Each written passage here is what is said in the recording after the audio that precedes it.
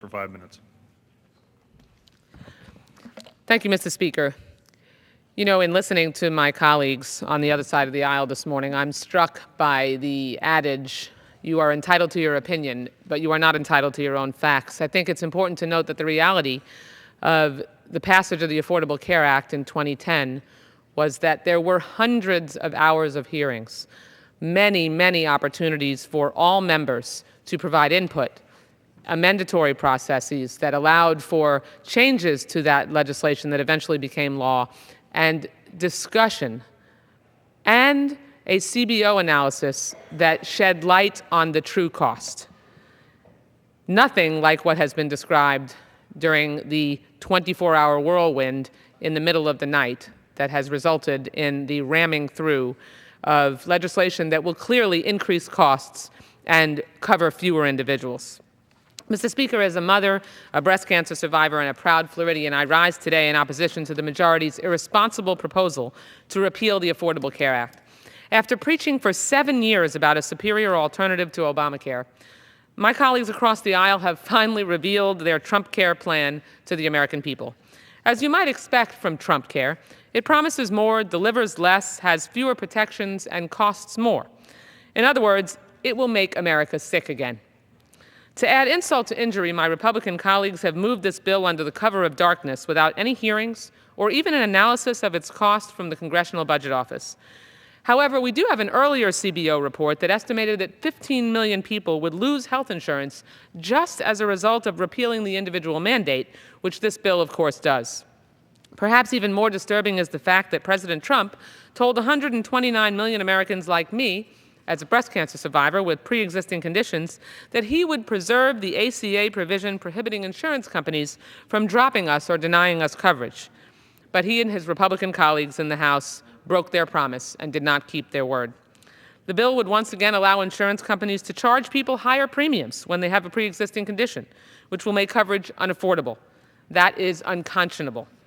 This bill will also punish millions of people who experience a lapse in coverage. Before we had the Affordable Care Act, an estimated 59.1 million people lacked continuous coverage for at least part of the previous year. One of those 59.1 million people was Suzanne Boyd from my district in Sunrise, Florida, who, with 2 daughters heading to college, was just starting to realize her dream of owning her own special events small business as her full-time job. Suzanne had insurance coverage for years through her husband's employer-sponsored health plan, until 2012, when her husband, Mark, died of lung cancer. 2 weeks later, the family lost their employer-sponsored health insurance.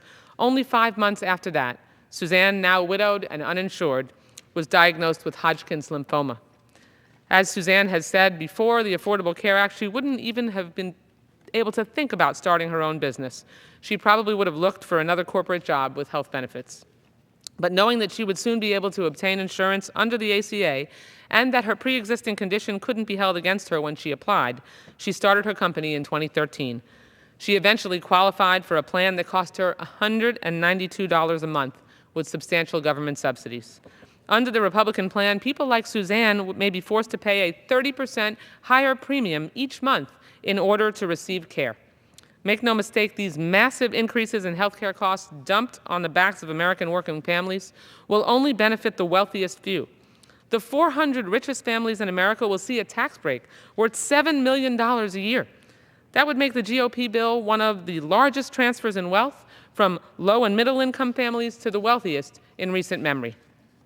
This tax cut for the wealthy will also fall on the shoulders of seniors across America, who will be forced to pay premiums 5 times higher than what younger individuals pay for health coverage. Not only is that cruel, but it is also unsustainable. According to the 2016 Medicare Trustees Report, the Medicare Trust Fund is solvent until 2028, 11 years longer than was expected before the enactment of the Affordable Care Act reforms.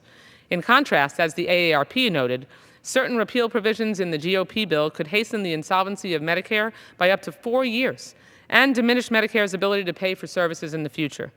Millions of seniors depend on Medicare in conjunction with Medicaid to cover their long-term care needs.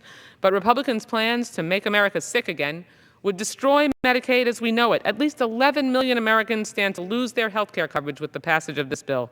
And if you're fortunate enough not to be one of those 11 million, well, then I hope you're not either one of the tens of millions of seniors with long-term care needs, Americans with disabilities, pregnant women, children, or others who rely on Medicaid, because these drastic cuts and per capita caps are going to hurt them too.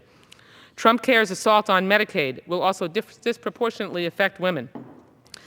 This is an unconscionable piece of legislation that must have the light of day shining on it, and that must not be allowed to become law, and Democrats will stand in the breach to make sure that Americans don't get sick like they used to. Thank you. I yield back the balance. For what purpose does the gentlelady from Wisconsin seek recognition? Gentlelady from Wisconsin.